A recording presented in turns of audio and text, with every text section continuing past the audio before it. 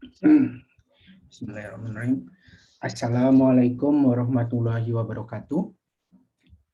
Selamat pagi, selamat siang, dan selamat malam teman-teman yang sedang mendengarkan. Terima kasih sudah mau menyimak video ini. Perkenalkan, nama saya MHD Yusril Indarofiki, mahasiswa semester 7, Prodi Ilmu Hukum, Fakultas Syariah dan Hukum, Universitas UIN Syarif Hidayatullah, Jakarta. Saya di sini akan mempresentasikan tugas dalam mata kuliah Kapital Selekta Hukum Kelembagaan Negara yang dibimbing oleh Bapak Irfan Khairul Umam, SHLLM, perihal materi Presiden dan Wakil Presiden. Dalam slide pertama ini, kita bisa melihat gambar Presiden dan Wakil Presiden kita saat ini, yaitu Bapak Insinyur Haji Joko Widodo dan Bapak Kiai Haji Ma'ruf Amin. Bapak Insinyur Joko Widodo adalah Presiden ke-7 Republik Indonesia setelah kemerdekaannya, dan Bapak Kiai Haji Ma'ruf Amin adalah Wakil Presiden ke-13 setelah kemerdekaan Indonesia hingga saat ini. Kita lanjut slide selanjutnya, yaitu, nah, di sini jelas ada gambar Presiden kita, Bapak Joko Widodo. Nah, kedudukan presiden di sini tertuang dalam pasal 4 ayat 1 Undang-Undang Dasar 1945 yang berbunyi bahwa Presiden Republik Indonesia memegang kekuasaan pemerintahan menurut Undang-Undang Dasar. Presiden di sini merupakan kepala pemerintahan sekaligus kepala negara yang dipilih langsung oleh rakyat dalam pemilihan umum dengan jabatan yang ditentukan dalam Undang-Undang Dasar dan berkuasa untuk menyelenggarakan pemerintahan. Presiden ini merupakan lembaga yang terbanyak disebut dalam Undang-Undang Dasar 1945. Dibandingkan lembaga negara lainnya, presiden yang paling banyak disebut. Nah, disebutkan juga terkait tugas, kekuasaan, dan kewenangan dalam lingkup kekuasaan pemerintahan dalam UUD 1945 itu. Lalu dalam pasal 4 ayat 1 itu, Presiden memegang kekuasaan pemerintahan, Presiden jadi sebagai lembaga penyelenggara pemerintahannya yang memiliki kekuasaan menyelenggarakan fungsi administrasi tertinggi negara. Dan Presiden juga bertugas menyelenggarakan pemerintahan yang bersifat khusus, seperti tugas dan wewenang pemerintahan yang secara konstitusional ada pada presiden pribadi yang memiliki sifat prerogatif presiden. Nah, dalam menjalankan pemerintahan tadi, presiden tidak sendirian. Ada dalam UUD 1945 itu namanya wakil presiden sebagai satu institusi yang tidak dapat dipisahkan dari presiden. Oleh karena itu, dalam pemilihan umum yang berjalan setiap 5 tahun sekali, presiden dan wakil presiden dipilih dalam satu paket pemilihan. Jadi tidak pernah presiden dipilih sendiri, wakil presiden dipilih sendiri, itu tidak pernah. Nah, kita bergeser ke slide selanjutnya. Nah, ini adalah gambar wakil presiden kita saat ini, Bapak Kiai Haji Ma'ruf Amin, wakil presiden ke-13. Nah, dalam kedudukannya, wakil presiden tertuang dalam pasal 4 ayat 2 UUD 1945, di mana dalam melakukan kewajibannya, presiden dibantu oleh satu orang wakil presiden.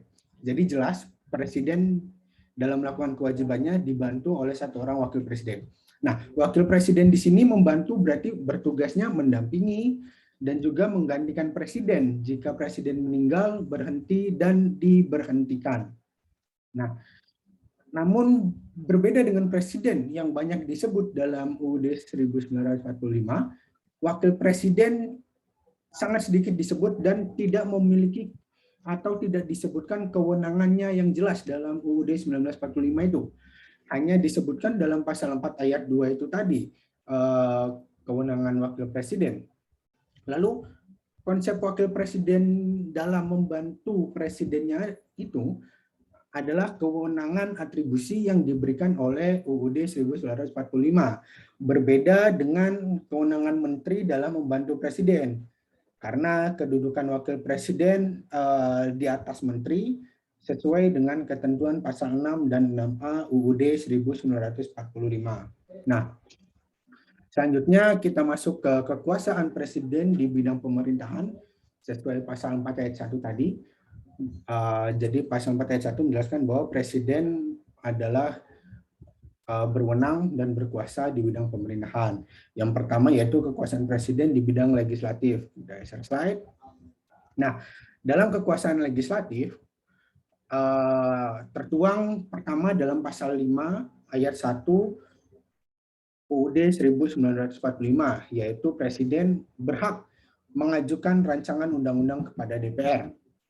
Nah, pasal ini merupakan hasil amandemen dari yang sebelumnya berbunyi bahwa presiden memegang kekuasaan penuh dalam pembentukan undang-undang dengan persetujuan dari DPR. Maka setelah amandemen, presiden tidak lagi mempunyai kekuasaan penuh untuk membentuk undang-undang, hanya berhak mengajukan saja. Nah, akibatnya dari pergeseran kekuasaan ini, hilangnya dominasi presiden dalam proses pembentukan undang-undang. Namun, presiden masih berhak mengajukan peraturan pemerintah pengganti undang-undang atau Perpu yang derajatnya sama dengan undang-undang. Nanti ada dalam pasal 22 ayat 1. Nanti akan kita jelaskan. Lalu selanjutnya dalam pasal 20 ayat 2, bahwa setiap rancangan undang-undang dibahas oleh Dewan Perwakilan Rakyat. Jadi dibahas oleh DPR dan Presiden untuk mendapatkan persetujuan bersama. Nah, pasal ini juga merupakan amandemen dari yang sebelumnya berbunyi bahwa tiap-tiap undang-undang menghendaki persetujuan DPR. Jadi ada pergeseran kekuasaan pembentukan undang-undang yang sebelumnya oleh Presiden menjadi pembentukan oleh DPR. Nah, lalu dalam pasal 20 ayat 4-nya, Presiden dalam mengesahkan rancangan undang-undang itu, Presiden dalam mengesahkan rancangan undang-undang yang setelah disetujui oleh DPR, setelah disetujui bersama, menurut Prof. Jimmy, pengesahannya hanya bersifat administratif belaka. Karena secara material, rancangan undang-undang yang telah mendapat persetujuan bersama antara DPR dan Presiden yang diputuskan dalam rapat paripurna adalah tindakan pengesahan yang bersifat material. Sedangkan pengesahan pasal 20 ayat 4 bersifat formil, apalagi diperjelas dengan pasal 20 ayat 5 bahwa jika dalam waktu 30 hari sejak mendapat persetujuan dari DPR, maka rancangan undang-undang sah menjadi undang-undang. Dan bisa dipastikan yang telah mendapat persetujuan bersama pasti akan menjadi undang-undang. Jadi apabila sudah ada persetujuan bersama, tidak perlu capek-capek menunggu 30 hari Presiden mengesahkan. Lalu selanjutnya dalam pasal 22 ayat 1 yang menetapkan bahwa peraturan pemerintah pengganti undang-undang atau biasa disebut Perpu berhak Presiden terapkan dengan persetujuan dari DPR. Nah, dalam penetapan Perpu ini adanya ihwal kegentingan yang memaksa Presiden, tapi tetap harus mendapat persetujuan dari Dewan Perwakilan Rakyat atau DPR dalam persidangan berikutnya. Nah, bagaimana jika tidak ada persetujuan dari DPR atau ditolak, maka Perpu harus dicabut dan dinyatakan tidak berlaku. Sebagaimana juga dalam pasal 20 ayat 3 bahwa RUU yang tidak mendapat persetujuan bersama tidak boleh diajukan lagi dalam persidangan DPR pada masa itu. Nah, selanjutnya setelah kekuasaan di bidang legislatif, kita ke kekuasaan di bidang yudikatif. Nah, dalam kekuasaan bidang yudikatif ini tertuang dalam pasal 14 ayat 1 dan 2 Undang-Undang Dasar 1945, di mana Presiden mempunyai kekuasaan memberi gerasi dan rehabilitasi, juga memberikan amnesti dan abolisi. Dalam memberikan gerasi dan rehabilitasi, Presiden harus melalui pertimbangan Mahkamah Agung. Dan juga dalam memberikan amnesti dan abolisi harus dengan pertimbangan Dewan Perwakilan Rakyat. Nah, sebelum amandemen, Presiden tidak membutuhkan pertimbangan Mahkamah Agung ataupun DPR dalam memberikan gerasi rehabilitasi tadi. Namun setelah adanya amandemen, Presiden diharuskan meminta pertimbangan dari Mahkamah Agung dan juga DPR untuk memberikan gerasi abolisi, rehabilitasi, dan amnesti tadi. Lalu, apa teman-teman tahu apa itu gerasi dan lain-lainnya? Nah, gerasi sendiri merupakan pengampunan peringanan, bahkan penghapusan pelaksanaan pidana. Jadi, penghapusan pelaksanaan pidana terhadap terduga kasus tindak pidana. Nah, sedangkan rehabilitasi merupakan pemenuhan hak seseorang untuk mendapat pemulihan hak terkait kemampuan, kedudukan, harkat, dan martabat. Lalu, amnesti adalah tindakan hukum yang mengembalikan status tak bersalah kepada orang yang sudah dinyatakan bersalah secara hukum. Dan abolisi adalah keputusan untuk menghentikan pengusutan dan pemeriksaan suatu perkara. Nah, selain kekuasaan di bidang legislatif dan yudikatif, kekuasaan presiden juga di bidang militer. Nah, kekuasaan di bidang militer ini berdasarkan Undang-Undang Dasar 1945 Pasal 10 bahwa Presiden memegang komando tertinggi atas Angkatan Darat, Laut, dan Angkatan Udara. Nah, dalam kekuasaan militer ini, oleh karenanya TNI melakukan segala tugasnya itu berdasarkan keputusan Presiden. Tidak ada tugas yang dilakukan oleh TNI secara individual ataupun otomatis. Semua melalui keputusan dan arahan Presiden. Contohnya dalam kekuasaan Presiden di militer ini adalah dalam pengangkatan Panglima TNI yang hampir setiap tahunnya, cuma belakangan ini tidak. Jadi dalam pengangkatan Panglima TNI ini yang dipilih adalah perwira tertinggi militer dari setiap matranya bergantian, baik Angkatan Darat, Angkatan Laut, dan Angkatan Udara. Nah, Presiden di sini berhak menggunakan hak prerogatifnya untuk mengajukan nama calon Panglima TNI kepada DPR yang akan disetujui oleh Dewan Perwakilan Rakyat. Nah, selanjutnya, selain itu, Presiden mempunyai kekuasaan lain dalam hubungan luar negeri. Kekuasaannya tertuang dalam pasal 11 ayat 1 dan 2 bahwa Presiden dengan persetujuan DPR menyatakan perang dan dalam membuat perjanjian internasional harus disetujui DPR. Nah, kekuasaan luar negeri ini, perjanjian luar negeri ini yang terkait dengan kehidupan rakyat dan keuangan negara dan atau mengharuskan perubahan undang-undang harus dengan persetujuan DPR. Perjanjian internasional di sini baik perjanjian internasional yang bilateral maupun perjanjian internasional yang multilateral. Nah, dan perjanjian internasional lainnya dalam Undang-Undang Dasar 1945 artinya dengan subjek hukum internasional lainnya. Jadi contohnya subjek hukum organisasi internasional. Selanjutnya yaitu kekuasaan darurat Presiden. Tertuang dalam pasal 12 Undang-Undang Dasar 1945. Presiden menyatakan keadaan bahaya atau keadaan darurat. Nah, Presiden dalam menyatakan keadaan bahaya ini berhak untuk membentuk undang-undang tentang syarat akibat negara dalam keadaan bahaya.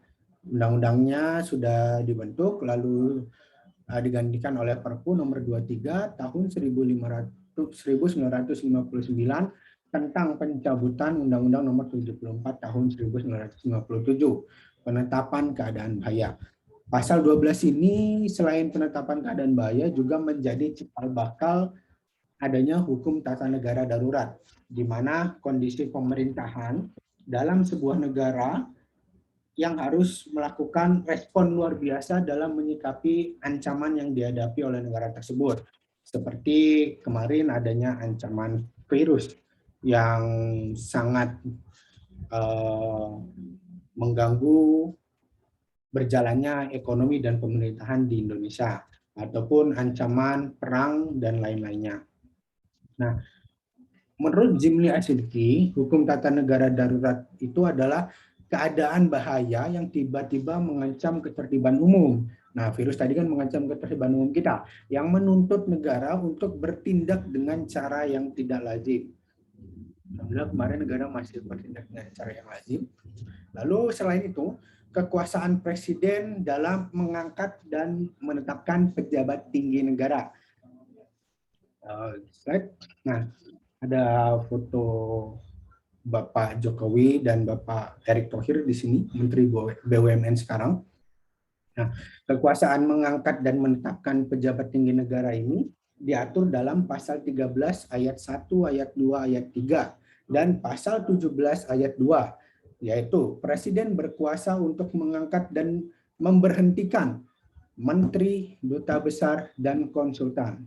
Menteri dan duta besar sendiri bertanggung jawab langsung kepada Presiden, sedangkan konsultan bertanggung jawab kepada Menteri Luar Negeri. Nah, pasca amandemen ini, Presiden dalam mengangkat duta besar dan konsul melalui persetujuan dari DPR juga. Lalu dalam pasal 17 ayat 4 yang mengatur pembentukan, pengubahan, dan pembubaran kementerian diatur dalam undang-undang merupakan perubahan setelah amandemen Undang-Undang Dasar 1945, di mana sebelumnya dalam melakukan pembentukan, pengubahan, dan pembubaran kementerian itu merupakan hak prerogatif Presiden dalam menjalankan program pemerintahannya. Seperti dulu Presiden Abdurrahman Wahid pernah membubarkan Kementerian Sosial. Nah, selain itu, kewenangan Presiden dalam meresmikan Badan Pemeriksa Keuangan yang sudah tercantum dalam pasal 23F Undang-Undang Dasar 1945 bahwa Presiden meresmikan anggota Badan Pemeriksa Keuangan. Nah, anggota BPK di sini sudah dipilih oleh DPR. Lalu kewenangan pemilihan anggotanya yang dilaksanakan oleh DPR tadi atas pertimbangan DPD, Dewan Perwakilan Daerah. Setelah amandemen UUD 1945 itu tadi, di mana dalam Undang-Undang Nomor 17 1945 sebelumnya tentang pembentukan BPK, bahwa kewenangan pemilihan ketua dan anggota BPK ada pada Presiden. Lalu selanjutnya dalam kekuasaan menetapkan calon hakim.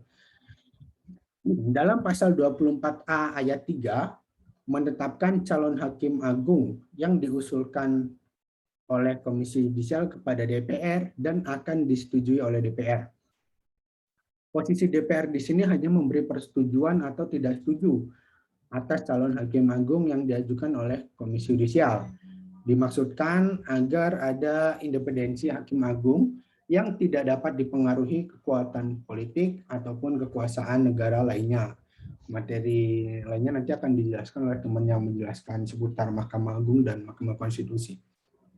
Nah, selanjutnya yaitu kekuasaan Presiden dalam membentuk Dewan Pertimbangan Presiden. Nah, ini baru, nanti materinya juga ada, akan dijelaskan oleh Fauzan, nggak salah. Nah, dalam pasal 16 Undang-Undang 1945, Undang-Undang Dasar 1945, Dewan Pertimbangan Presiden bertugas memberikan nasihat dan pertimbangan kepada Presiden, sesuai namanya pastinya. Nah, sebelumnya One Team Press ini bernama Dewan Pertimbangan Agung, yang sudah dihapuskan dalam amandemen UUD 1945 dan digantikan dengan nama Dewan Pertimbangan Presiden yang statusnya menjadi bagian dari kekuasaan pemerintahan negara yang berada di bawah Presiden dan bertanggung jawab kepada Presiden. Salah satu anggotanya atau wajahnya sudah kita pasti tahu, ada Datuk Sri Thohir, ada Pak D. Soekarwo, ada Pak Wiranto, ada Habib Lutfi bin Yahya. Nah, selanjutnya yaitu kekuasaan Presiden dalam menetapkan hakim konstitusinya. Nah, dalam pasal 24C ayat 3 bahwa Presiden menetapkan 9 anggota hakim Mahkamah Konstitusi. Jadi yang menetapkan 9 anggota hakim MK itu adalah Presiden. Nah, dari 9 anggota hakim MK itu 3 orang diajukan oleh Presiden, 3 orang diajukan oleh Mahkamah Agung, dan 3 orang diajukan oleh Dewan Perwakilan Rakyat. Jadi Hakim MK pengajuannya dari Presiden, Mahkamah Agung, dan juga DPR. Setelah itu itu tadi adalah kewenangan dan kekuasaan Presiden dalam bidang legislatif ataupun dalam bidang yudikatif dan bidang-bidang lainnya. Kalau dalam bidang eksekutif sudah dipastikan Presiden adalah kepala negara yang memimpin pelaksanaan dan pemerintahan negara. Selanjutnya kita masuk ke permasalahan dalam presiden ataupun wakil presiden. Saya di sini sedikit menyorot tentang wakil presiden kita yang saat ini. Jadi apa sih kewenangan wakil presiden saat ini? Lalu apakah wakil presiden ini kewenangannya perlu diperjelas lagi dalam Undang-Undang Dasar 1945? Nah, perlunya kejelasan dalam kewenangan wakil presiden ini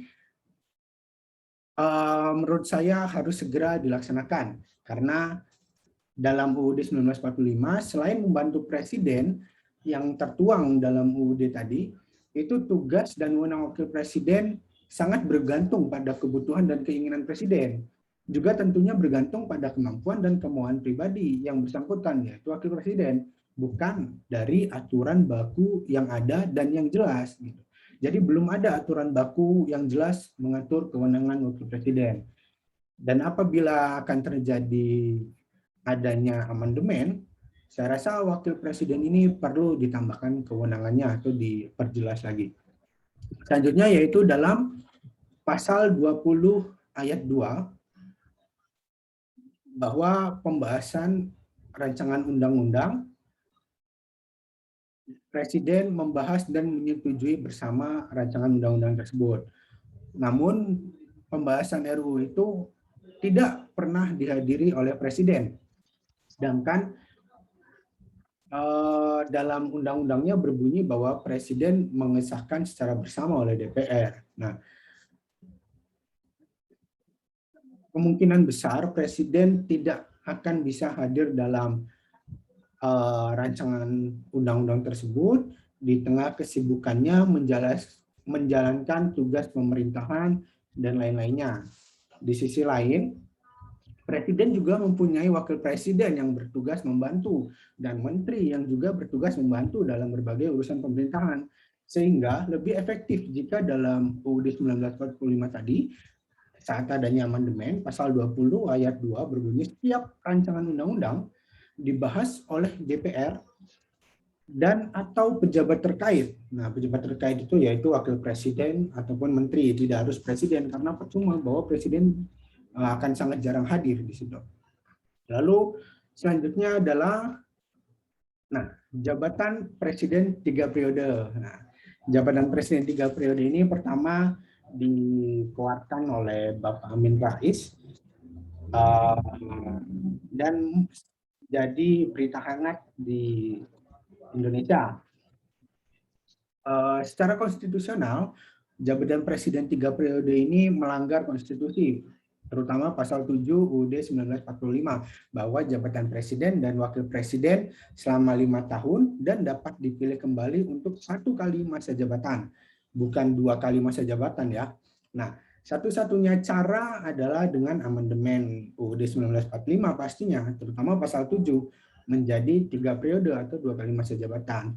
Namun, konvensi ketatanegaraan itu sangat sulit terjadi atau sulit tercipta karena traumanya masyarakat atas langgengnya kekuasaan di tangan satu orang seperti pada zaman Pak Harto lalu. Lalu apakah memungkinkan amandemen kelima Undang-Undang Dasar 1945 dalam pasal 7?